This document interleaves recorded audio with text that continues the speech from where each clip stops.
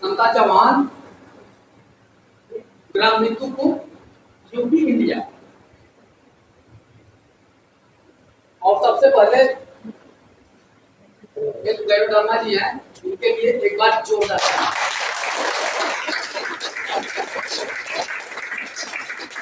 और एक काम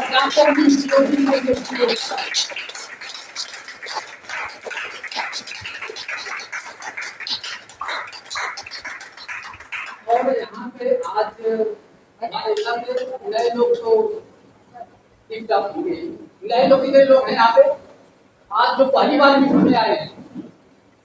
सभी लोग ठीक है, आप सभी लोग पुराने काम कर रहे हैं और जान पहचान रहे हैं। आप लोग के लिए भी एक बात बढ़िया जोरदार है।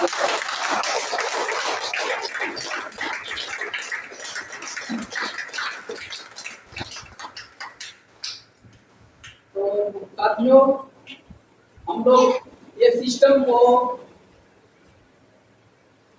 अपने शुरुआती दौर में तो अपनी समस्याओं के चलते ही इसको यूज करना पड़ा अपनी जिंदगी में। बहुत धीरे रही, कोई लगभग 95% या 5% ऐसे होंगे जो लोग केवल पैसे कमाने के लिए सिस्टम पकड़ते हैं। ये चाय का डिब्बा पकड़ते हैं और पहले प्लान जानते हैं कि काम करते हैं, लेकिन 95% लोग ऐसे होते हैं क्योंकि अपनी बीमारी के चलते इसको करना पड़ता है। इसका पावर समझते हैं तो लोगों में शेयर करते हैं।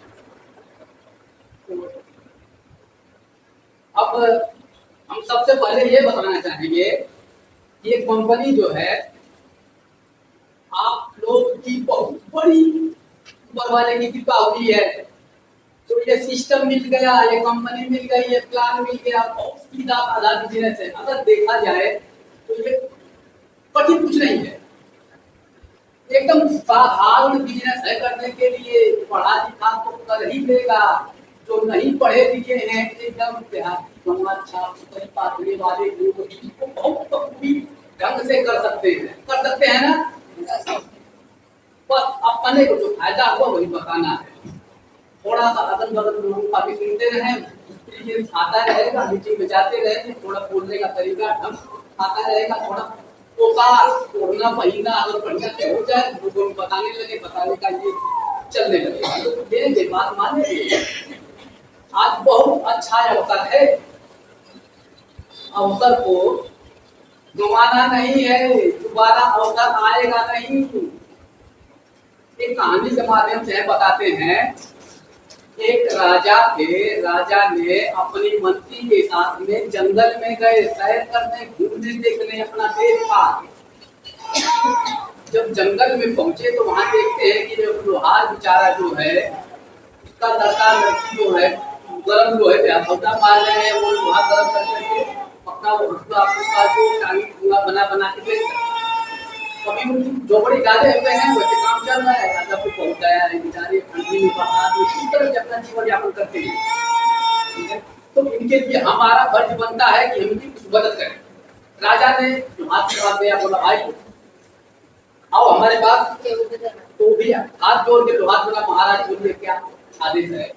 बोला एक काम करो, हम तुम्हें ये जंगल जो है ना, ये बगीचा उपहार दे देते हैं, तुम ये ले जाओ और इससे अपना पेट भोज के अपनी जिंदगी जी बढ़िया।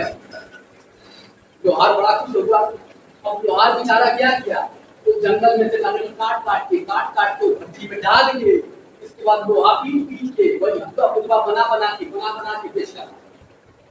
इतना जंगल खत्म कर दिया, वो भट्टी में डाल दिया सब लोहा लकड़ी को। कुछ दिनों के बाद बीत गए, राजा को समझ में आ रहा है कि जरा चलते हैं देख आए, फिर सैर कर ले, घूम ले। मंत्री के साथ निकले।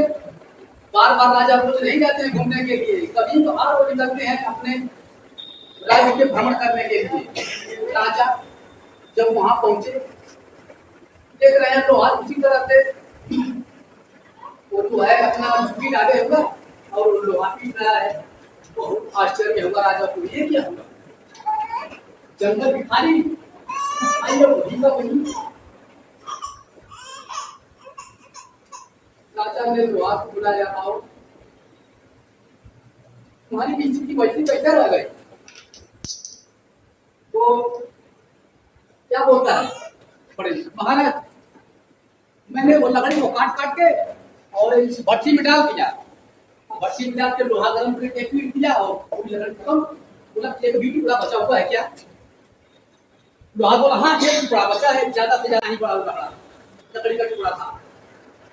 राजा ने चंदन के व्यापारी को बुलवाया। अब चंदन का व्यापारी आया,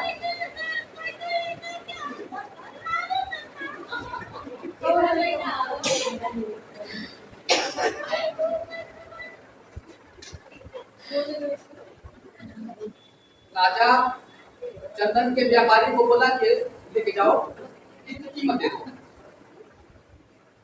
इतनी बड़ी लकड़ी की कीमत लगभग सैकड़ों मोहरे दे दिया। मोहर पता है ना कितनी कीमत होती है मोहर की। अब वो लोहार बेचारा वो लकड़ी की कीमत देखा, फटी रह गई। हाथ जोड़ के बोला महाराज ये अवसर हमको और दे दीजिए, एक बगीचा आए और दे दो और दे दीजिए। राजा बोले ये जिंदगी बार बार मौका नहीं देती है, उसी तरह हमारे यहाँ से दोबारा मौका नहीं मिलने वाला है।